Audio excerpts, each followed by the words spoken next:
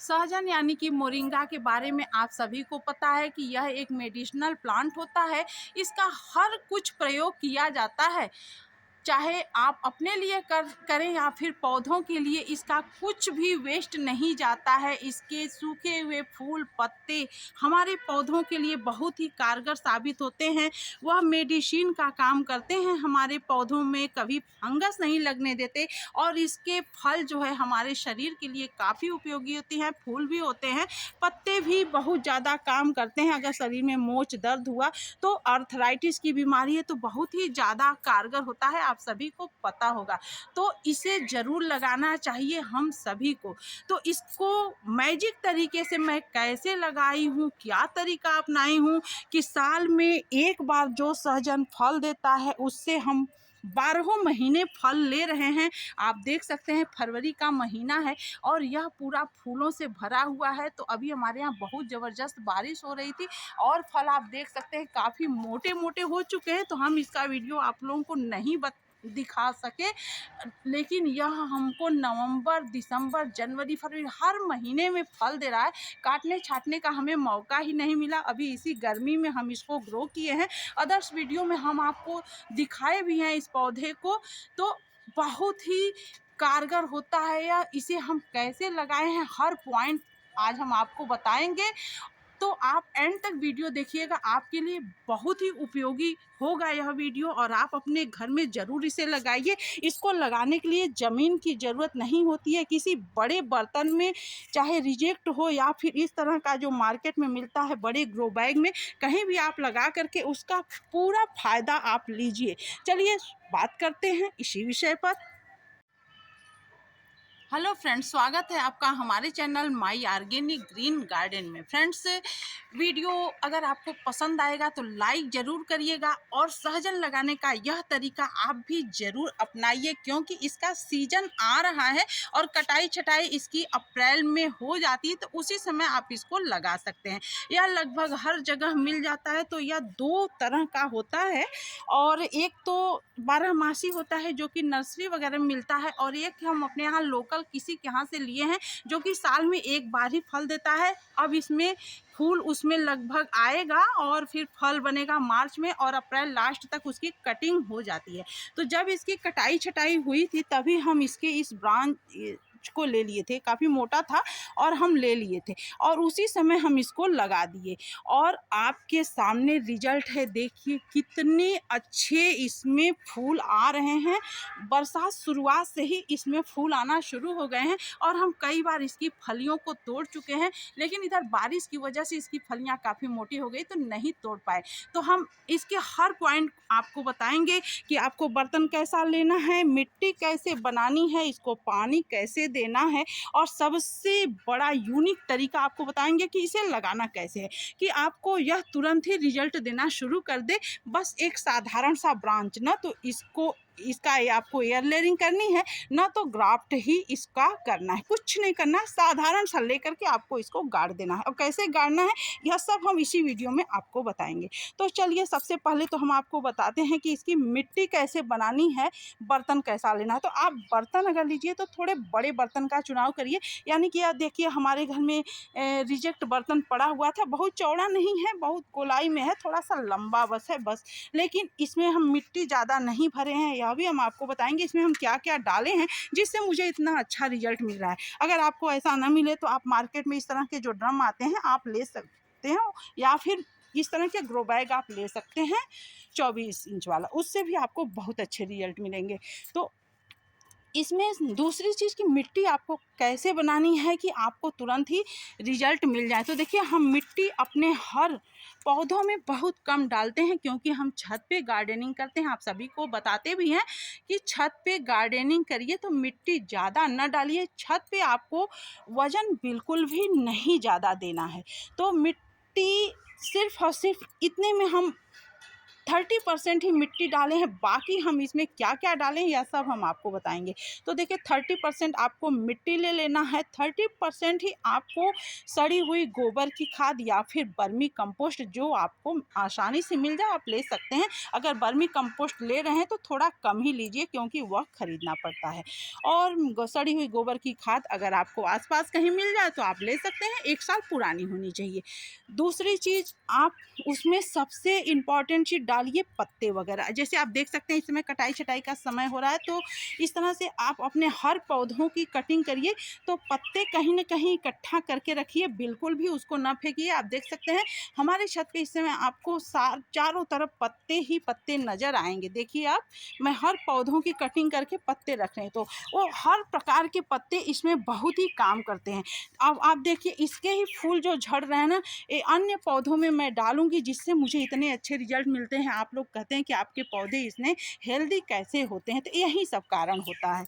तो आपको पत्ते ले लेने हैं। अगर मान लीजिए आपको पत्ते नहीं मिल रहे हैं, आप नए गार्डनर हैं, तो आप लीफ कंपोस्ट मार्केट में आसानी से मिलता है, आप ले लीजिए, उससे भी बहुत अच्छे रिजल्ट आते हैं। फिर आप उसके बाद आप इकट्ठा करते जाइएगा, बार बार आपको लीफ कंपोस्ट लेने की ज़रूरत नहीं पड़ेगी।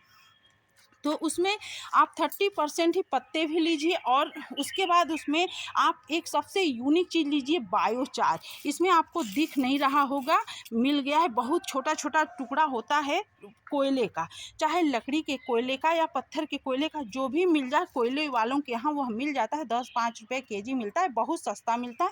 तो आप उसे ले लीजिए, करीब 1-2 केजी। उसके बाद आप इसमें थोड़े राख डाल दीजिए। और अगर आपके पास कार्टून वगैरह, जैसे इस तरह के कार्टून है, तो उसके छोटे छोटे टुकड़े नीचे डाल दीजिए। हल्दी डाल दीजिए, चूना डाल दीजिए, यह सब डाल करके मिट्टी काफ़ी हेल्दी बना दीजिए। या अगर आपको धान की भूसी मिल जाए वो डाल दीजिए। तो वेल ड्रेन थोड़ी मिट्टी बनाइए।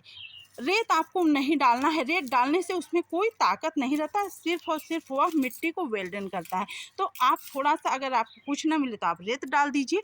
तो इस तरह से आप डालने के बाद उसको भर दीजिए। पहले, सबसे पहले नीचे पत्ते डालिए, फिर मिट्टी वगैरह सब कुछ मिला करके उसमें डालते जाइए, बीच बीच में पत्ते डालिए, फिर उसको इस तरह से पूरा भर दीजिए। आप बिल्कुल हल्का ड्रम रहेगा और एकदम वजन उसका नहीं आएगा। उसके बाद इस तरह की डाली आप ले आइए, किसी भी जहाँ इसका पेड़ रहता है छांट दिया जाता है, तो इस तरह से आप डाली ले लीजिए। जैसे इस डाली को हम चाहें तो आप कहीं लगा सकते हैं। तो इस डाली को आपको सीधा नहीं लगाना है, जब भी आप लेकर के आइए तो आपको यह तरीका अपनाना है कि उस डाली को जस्ट उल्टा कर देना है, यानी कि ऊपर वाला पोर्शन को आपको नीचे करना है और नीचे वाले पोर्शन को ऊपर करना है। आप देख सकते हैं जैसे इसमें गांठें बनी हुई होती हैं, ऐसी डाली आपको लेना चाहिए, गांठ वाली।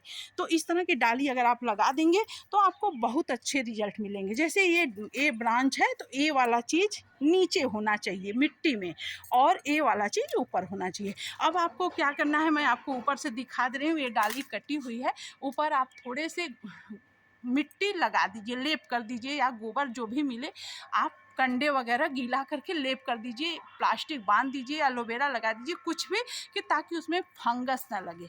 उसके बाद आप देखेंगे फिर कि कुछ ही दिनों में इसमें पत्ते आने, ब्रांच आने शुरू हो जाएंगे। तो जब हम लगाए थे तब के ये सब ब्रांच है, अब इसमें नए नए ये सारे ब्रांच आ रहे हैं।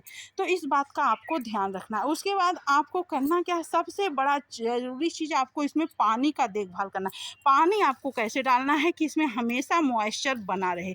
आप देख सकते हैं मॉइस्चर इसमें कितना अच्छा है, क्योंकि आप अगर कहीं गाँव में देखेंगे तो यह पौधा किसी न किसी कुएं, तालाब या फिर हैंडपंप वगैरह के किनारे होता है, ताकि इसकी जड़ को हमेशा मॉइस्चर मिलता रहे।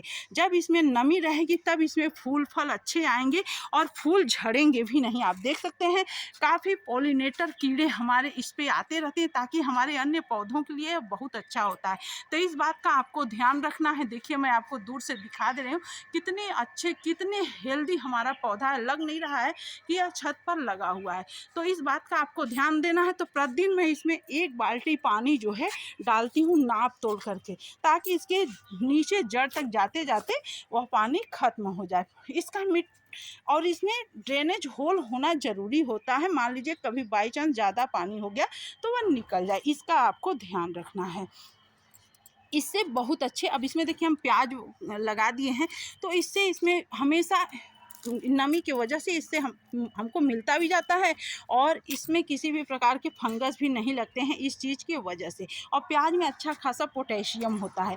तो और बीच बीच में आपको कुछ नहीं देना है। 2-3 महीने के बाद आप कभी इसमें कंडा घोल करके पानी में आप डाल दीजिए, और कुछ नहीं करना है। मैं अभी तक इसमें कोई भी चीज़ नहीं डाली हूँ, सिर्फ और सिर्फ इसकी मिट्टी मैं हेल्दी बनाई हूँ, जिस वजह से मुझे इतने अच्छे रिजल्ट मिल रहे हैं।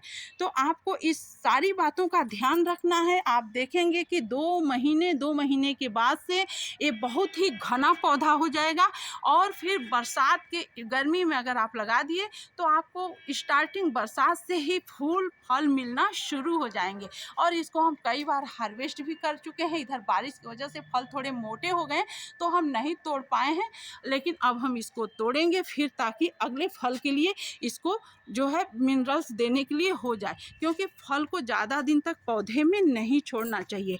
तो हमें उम्मीद है आपको अच्छा लगा होगा आज का ये वीडियो, आपको मिल गई होगी सारी जानकारी। अगर कुछ आपको कहीं भी दिक्कत होगी तो आप कमेंट के माध्यम से हमसे पूछ सकते हैं। आपको बहुत अच्छे रिजल्ट मिलेंगे। आप ज़रूर इस तरह का प्लांट अपने घर में लगाइए और इसका पूरा फ़ायदा लीजिए अपने लिए, साथ ही साथ अपने सभी पौधों के लिए।